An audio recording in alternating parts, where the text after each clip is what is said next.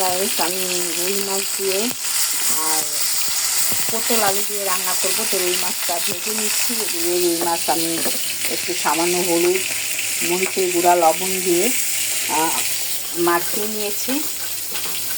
তো এটা আমি অর্ধেক অলরেডি ভাজতেছি।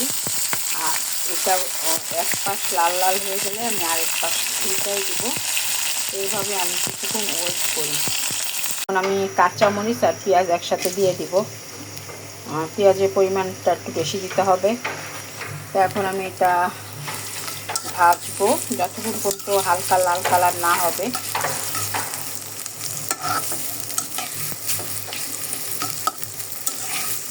তো এই যে আমি ভেজে নিচ্ছি হালকা ব্রাউন কালার পর্যন্ত।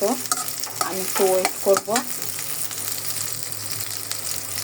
এই যে আমার পেঁয়াজটা অলরেডি হালকা লাল হওয়া শুরু করছে। এখন আমি 2 টেবিল চামচ আদা রসুন পেস্ট দিব। যেহেতু নাড়াচাড়া করবো, সাথে একটু পানি দিব যাতে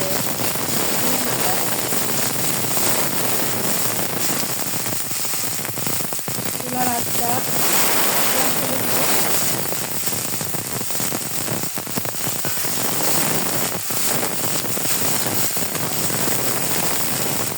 ভালো করে নাড়তে হবে।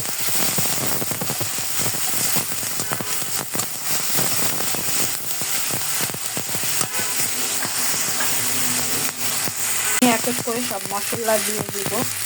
আমি প্রথমে পরিমাণ মতো লবণ দিব। লবণটা অবশ্যই পরিমাণ মতো দিবেন। আর যেহেতু এখানে সয়া সস থাকবে, তাই লবণের পরিমাণটা একটু কম দিতে হবে। তারপরে হলদি হলো আমি ভরে ভরে 1 টেবিল চামচের উপর দিব।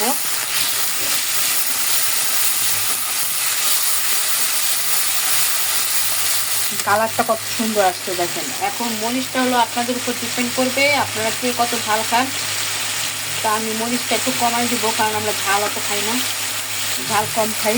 মরিচ দিব আমি 1/2 টেবিল স্পুন।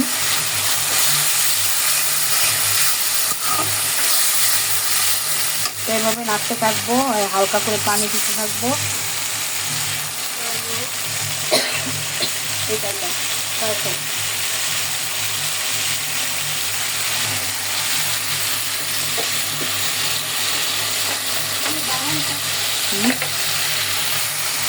এখন আমি সয়া সস দিব 1 টেবিল চামচের মতো।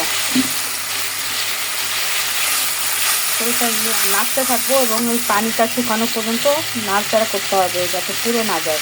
তো হ্যালো গাইস, আমার অলরেডি কষানো হয়ে গেছে। এখন আমি কী করব, প্রথমেই আমি আলুটা দিব, যেহেতু আলুটা একটু সিদ্ধ হতে সময় লাগবে। পটলটা হতে অত সময় লাগবে না। তো আলুটা প্রথম দিয়ে একটু কষাবো। এই যে আমি আলুটা দিয়ে দিচ্ছি। অবশ্যই এভাবে আপনি পটল আলু দিয়ে রুই মাছ খেয়ে দেখবেন, অনেক ভালো লাগে, তরকারিটা মজা লাগে। আপনারা রুটি দিয়ে ওটা খেতে পারবেন। তো এই যে আমি আলুটা কষাচ্ছি।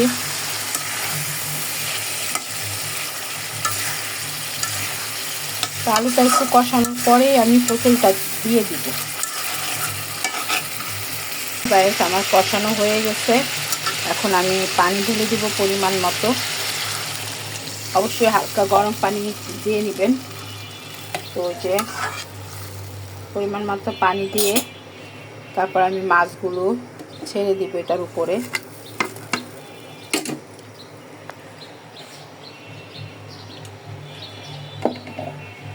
এক এক করে মাছগুলো পিছাই দিব সুন্দর করে।